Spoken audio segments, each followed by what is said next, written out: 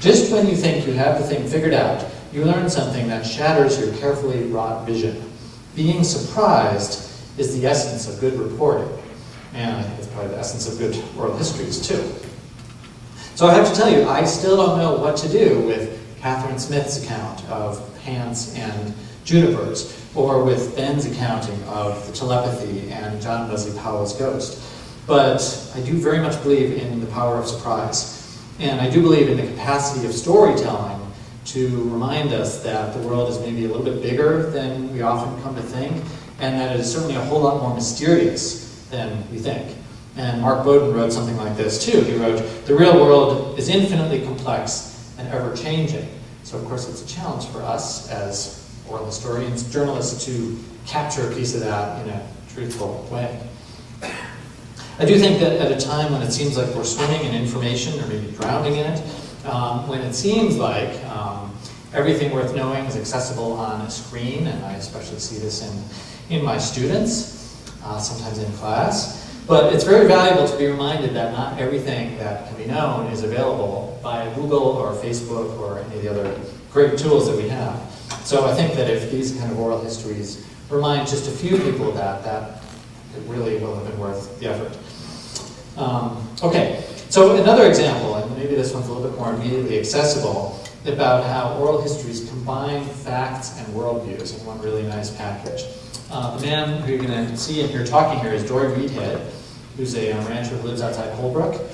And he's ranched in a number of different places, but he once had a ranch along the Mogollon Rim outside Show Low, so that's what he's going to be talking about here.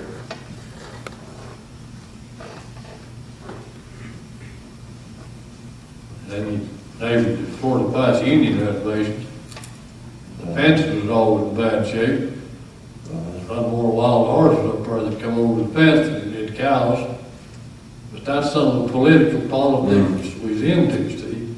Mm-hmm. I didn't know all this about the permit. I thought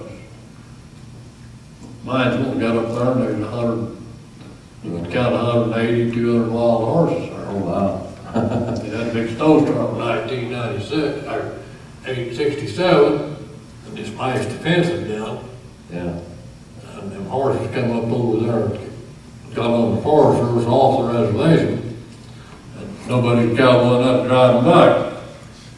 They fixed the fence good, but left the horses on the other side. So me and the old ranger was up there, a great old guy.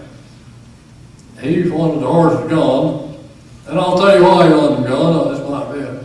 He was afraid they'd make a wild horse refuge. Now here we are really getting into some stink. Yeah. See what I mean? He said if these horses don't get moved, we're going to have trouble with this. They'll take this and make a wild horse refuge out of it. Right. So he said, I'll build the traps and we'll salt catch these horses. All right, that's fine. You take them, sell them, whatever you get yours. So they were unbranded. Yeah. Basically, yeah. But they'd give me a bill of sale to them. They're unbranded and on Forest Service land. So we built them traps and salted. We got 187 horses. And I unloaded them out of the traps, loaded them in the trailer, and hauled them to sale. All $100 was a good, big price on them. But, you know, the time was, sure. We had double the time we was getting paid for the horse, but, you know, it took a lot of time. Oh yeah, these are wild horses. Yeah. Plus the traps they built. But we pretty well cleaned it up. Okay. And then, today they had the big fire 3 years ago or 4. The fire took out the fence, and now the horses, they got the same problem. So. Okay, so sometimes he's almost as hard to understand as Captain Smith there. His accent. So he's talking about this this problem with wild horses, right? And well, first of all, so he's talking about the great 1967 snowstorm, which we heard a lot about from a number of narrators because it was this really giant snowstorm, 6 feet or something like that in Flagstaff, and it created some huge ecological changes all across northern Arizona. So we consistently heard about that from a number of people. But of course, at the time, actually, late 1960s, wild horses were exceptionally contentious issue. The Wild Horse and Burro Act that protected them to some extent was passed in 1971. So late 60s, big controversy about wild horses, and of course the perspectives were from some people, well, wild horses are these beautiful, iconic emblems of the West, we have to protect them no matter what, and then on the other side, the ranchers and some of the biologists saying, well, maybe we shouldn't have so many wild horses because they're competing with our cattle or with wildlife and so on. And of course, they're still controversial today, so some things never seem to really change. So what happened, of course, was a big snowstorm pounded the fences down, the horses came up onto the ranch land, and the rancher, the Forest Service, didn't want them there.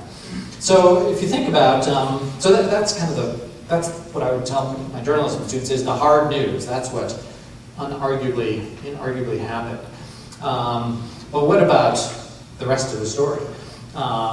Think about how we would know about this if we didn't hear Doyle talking about it. There might have been a newspaper article at the time talking about this happening, or maybe Forest Service publications, Forest Service reports talk about things like this happening, range reports.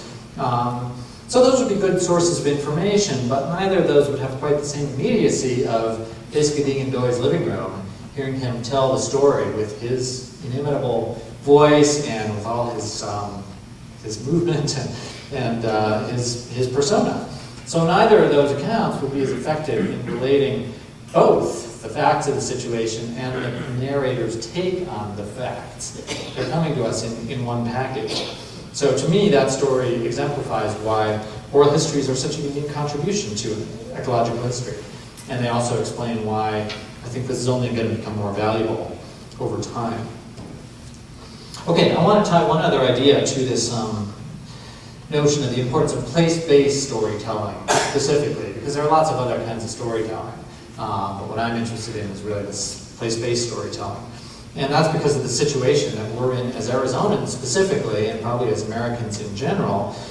And of course, one of the things that really characterizes our nation, and that definitely characterizes our part of the country, is that we move around a lot. And that has some real implications for how we live on the land. Some figures about that. Arizona's population grew by 20% between 2000 and 2006. That's a lot. It has slowed down since then because of the recession and lack of jobs and so on.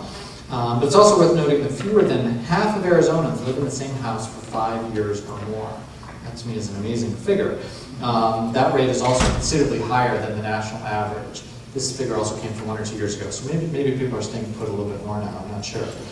And of course, I have to defend the idea of moving around because I'm not from here, and I've lived different places, and I grew up in Chicago, not here. So I don't want to suggest that you have to live in a place for a long, long time to understand it, or to love it, or to work for it, or to protect it, or anything like that. There's people here in the room who are great examples of all those things. But I do think that when transience has become such a characteristic of our country, that it becomes all the more important to hear the lessons that are inherent in staying put. And Gary Nabhan is one of the people who's pointed this out. He's pointed out that the places in the United States with the greatest percentage of population that is transient also have the largest threats to biodiversity. Maybe it's a coincidence, but maybe not. It's sort of intriguing.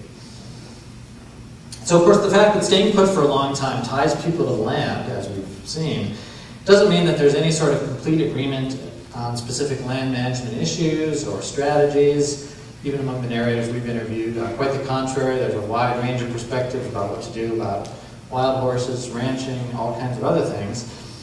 But I don't think it's a stretch to say that close observation of the land does eventually translate into some sort of love. There's a deep caring about a place that is in each of these tales.